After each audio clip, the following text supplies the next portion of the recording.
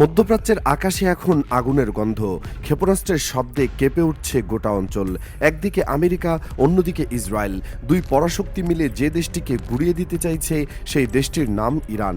কিন্তু এই যুদ্ধের শেষটা কেমন হবে সে প্রশ্নের উত্তর যখন এলো, তখন গোটা বিশ্ব থমকে দাঁড়ালো।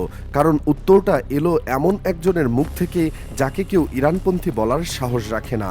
উত্তরটা এলো খোদ মার্কিন সামরিক বাহিনীর অবসরপ্রাপ্ত কর্নেল ডগলাস ম্যাকগ্রের মুখ থেকে। তিনি বললেন ইরান জিতবে। শুধু তাই নয়, তিনি আরও এমন একটা কথা বললেন যেটা শুনলে রীতিমতো শিরদাঁড়া দিয়ে ঠান্ডা স্রোত বয়ে যায়। তিনি বললেন এই যুদ্ধের পর মধ্যপ্রাচ্যে ইসরায়েলের অস্তিত্বই নাও থাকতে পারে। এখন প্রশ্ন হচ্ছে, এই ডগলাস ম্যাকগ্রের আসলে কে? তিনি কি কোনো সাধারণ বিশ্লেষক, কোনো ইউটিউব কমেন্টেটর? মোটেই না। ডোনাল্ড ট্রাম্প যখন প্রথমবার হোয়াইট হাউসে বসেছিলেন তখন তার প্রতিরক্ষা মন্ত্রী ছিলেন দুইজন, জেমস ম্যাট্রিস এবং মার্ক এসপার। এই দুজন প্রতিরক্ষা মন্ত্রীর সামরিক উপদেষ্টা ছিলেন এই ডগলাস ম্যাকগ্রেরার। অর্থাৎ আমেরিকার প্রতিরক্ষা নীতি যারা ঠিক করতেন তাদের কানে কানে পরামর্শ দিতেন এই মানুষটি। সেই মানুষটি আজ বলছেন ইরানকে হারানো সম্ভব নয়। এই কথাটা কতটা ভারী সেটা একটু ভেবে দেখুন। গণমাধ্যমকে দেওয়া একটি সাক্ষাৎকারে ম্যাকগ্রের খুবই স্পষ্ট ভাষায় বললেন ইরান উইন উইন, ইরান এই যুদ্ধে জিতবে। কিন্তু কেন কেন একজন মার্কিন সামরিক কর্মকর্তা তার নিজের দেশের পরাজয়ের কথা বললেন? এর পেছনে যে কারণগুলো তিনি তুলে ধরলেন সেগুলো একের পর এক শুনলে বোঝা যায় এটা কোনো আবেগের কথা নয়, এটা নির্মম বাস্তবতার হিসাব। প্রথমেই তিনি বললেন ইরানের ভৌগোলিক অবস্থানের কথা। মধ্যপ্রাচ্যের মানচিত্রে ইরানের যে অবস্থান সেটা কৌশলগতভাবে অসাধারণ। দেশটির চারদিকে পাহাড়ে ঘেরা, সাধারণ কোনো পাহাড় নয়, বিশাল বিশাল পর্বতশ্রেণী যেগুলো প্রাকৃতিক দুর্যোগের মতো কাজ করে। বাইরে থেকে কেউ ঢুকতে গেলে এই পাহাড়গুলোই তার প্রথম শত্রু হয়ে দাঁড়াবে। এরপর আসে ইরানের বিশাল আয়তনের কথা।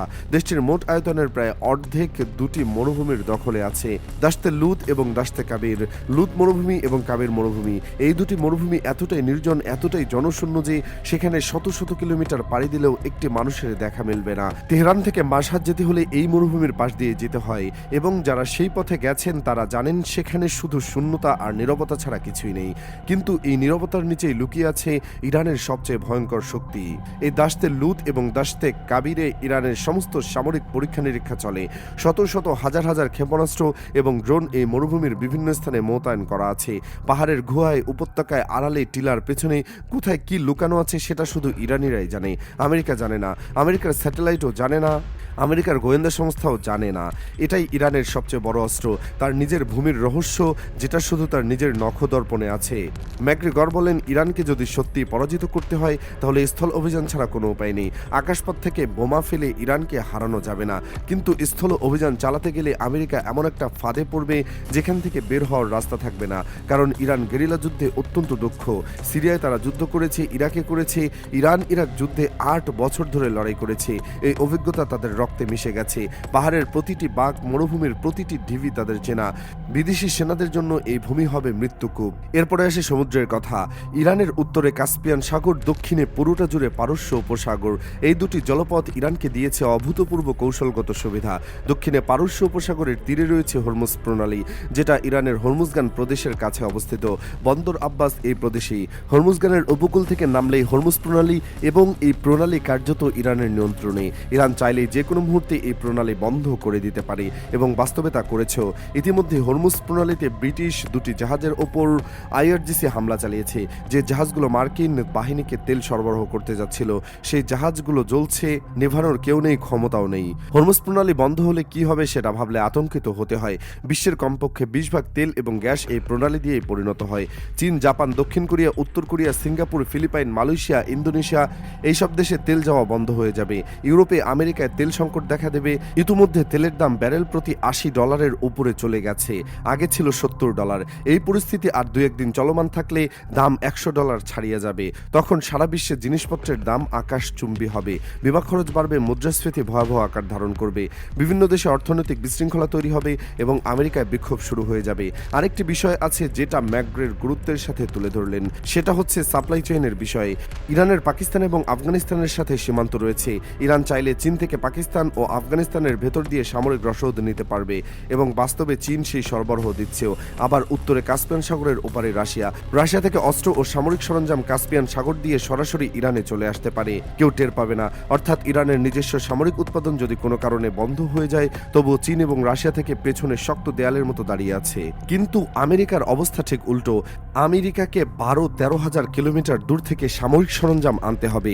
বিমানে আনলেও সময় লাগবে এবং সেটা নিরাপদও নয়, কারণ ইরানের রাডারে ধরা পড়লে ক্ষেপণাস্ত্র দিয়ে ভূপাতিত করা হতে পারে। আর জাহাজে আনতে গেলে 20 থেকে 25 দিন সময় লাগবে। ফলে আমেরিকার সাপ্লাই চেন অত্যন্ত ভঙ্গুর এবং এই যুদ্ধে সেটা তাদের জন্য মারাত্মক দুর্বলতা। এদিকে আমেরিকা এবং ইসরায়েলের সেনাবাহিনী ইতিমধ্যে যুদ্ধক্লান্ত। ইউক্রেনে অস্ত্র দিতে দিতে ইসরায়েলকে সরবরাহ করতে করতে আমেরিকার অস্ত্রের মজুদ অনেকটাই কমে গেছে। ইসরায়েলের সেনারা বহুদিন ধরে একটা যুদ্ধ করছে, তারা ক্লান্ত, তারা আরাম চায়। মার্কিন বিমানবাহী রণতরী জেরাল্ড আর ফোর্ড যারা কর্মরত, তাদের 6 মাস পর 2 মাসের ছুটিতে দেশে যাওয়ার কথা ছিল, কিন্তু তারা ইতিমধ্যে 8 মাস ধরে টানা কাজ করছে। 2 মাস অতিরিক্ত হয়ে গেছে, তারা স্ত্রী সন্তান, মা বাবা, ভাই বোন, বন্ধু বান্ধবদের কাছে যেতে পারছে না। তারা হতাশ, ক্ষুব্ধ, জীবন বাজি রেখে লড়াই করার মনোবল তাদের ক্রমশ কমে যাচ্ছে। অন্যদিকে ইরানের পক্ষ থেকে ঘোষণা এসেছে যে তারা অন্তত 2 বছর একটানা এভাবে যুদ্ধ চালিয়ে যেতে সক্ষম। তাদের অস্ত্র ও সামরিক সরঞ্জামের কোনো অভাব হবে না। আর এই 2 বছরের মধ্যে তো ইরান নতুন অস্ত্র উৎপাদন করবেই, রাশিয়া ও চীন থেকে সাপ্লাইও আসবে। ম্যাকগ্রেগর নিজেই স্বীকার করলেন যে ইরানের হাতে যেসব অস্ত্রশস্ত্র রয়েছে সেগুলো মোটেও দুর্বল নয়, বরং সেগুলো অত্যন্ত আধুনিক, কার্যকরী এবং আমেরিকা ইসরায়েলের বিরুদ্ধে যথেষ্ট শক্তিশালী। বাস্তবেও সেটা প্রমাণিত হচ্ছে। মার্কিন ঘাঁটিতে হামলা হচ্ছে, অনেক ক্ষেত্রে ঠেকানো যাচ্ছে না। ইসরায়েলের ভয়াবহ আক্রমণ চালানো হচ্ছে, ইন্টারসেপ্টর কাজ করছে না। পুরো মধ্যপ্রাচ্য বলতে গেলে ইরানের হামলায় জ্বলছে। এখন সবচেয়ে বড় প্রশ্ন, ইরান যদি সত্যি জিতে যায় তাহলে কি হবে? ম্যাকগ্রের ভাষ্য অনুযায়ী 2টি জিনিস ঘটবে যেগুলো মধ্যপ্রাচ্যের ইতিহাস চিরতরে বদলে দেবে। প্রথমত, মধ্যপ্রাচ্য থেকে আমেরিকার সমস্ত সামরিক ঘাঁটি গুটিয়ে নিতে হবে, একটি সৈন্য আর সেখানে থাকতে পারবে না। আর দ্বিতীয়ত এবং সবচেয়ে চমকপ্রদ এবং ভয়ঙ্কর কথাটি তিনি বললেন, সেটা হলো মধ্যপ্রাচ্যে ইসরায়েলের অস্তিত্ব থাকবে কিনা সেই ফয়সালা এই যুদ্ধেই হবে, এবং তার মতে ইসরায়েলের অস্তিত্ব না থাকার সম্ভাবনা অত্যন্ত বেশি।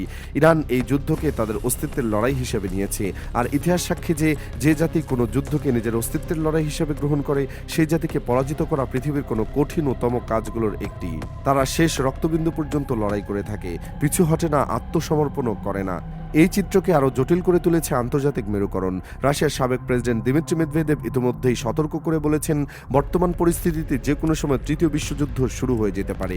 আর তৃতীয় বিশ্বযুদ্ধ যদি সত্যিই শুরু হয়, তাহলে রাশিয়া এবং ইরানের পক্ষে যুক্ত হবে এই সম্ভাবনা প্রবল।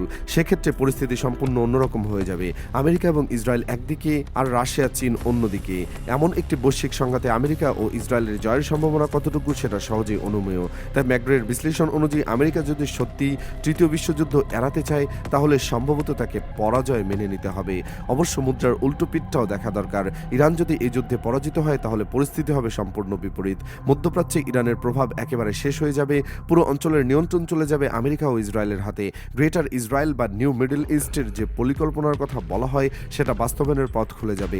মুসলিম বিশ্বের জন্য যে সম্ভাবনার আলো ছিল, সেটা নিভে যাবে এবং জাতিগতভাবে মুসলিম উম্মাহ মারাত্মকভাবে কোণঠাসা হয়ে পড়বে।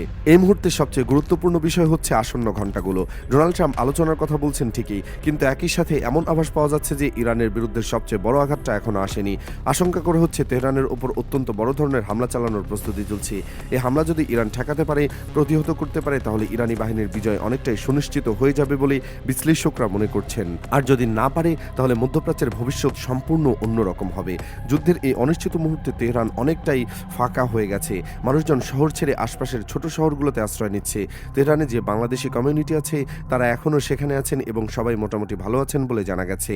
তবে তাদের নিরাপত্তা নিয়ে উদ্বেগ বাড়ছে। বাংলাদেশ সরকার যদি তাদের ফিরিয়ে আনার ব্যবস্থা করতে পারে, সেটাই হবে এই মুহূর্তে সবচেয়ে বড় কাম্য। পৃথিবী এখন একটি ক্রান্তি লগ্নে দাঁড়িয়ে আছে। মধ্যপ্রাচ্যের এই যুদ্ধ শুধু ইরান, আমেরিকা ও ইসরায়েলের যুদ্ধ নয়, এটা গোটা বিশ্ব ব্যবস্থার ভবিষ্যৎ নির্ধারণের যুদ্ধ। এই যুদ্ধের ফলাফল ঠিক করবে আগামী কয়েক দশক পৃথিবী কোন দিকে যাবে। আর সেই ফলাফলের প্রথম ইঙ্গিত দিলেন খোদ আমেরিকারই একজন সামরিক কর্মকর্তা। ইরান জিতবে, ইসরায়েলের অস্তিত্ব থাকবে না। এখন দেখার বিষয় ইতিহাস তাকে সঠিক প্রমাণ করে কিনা।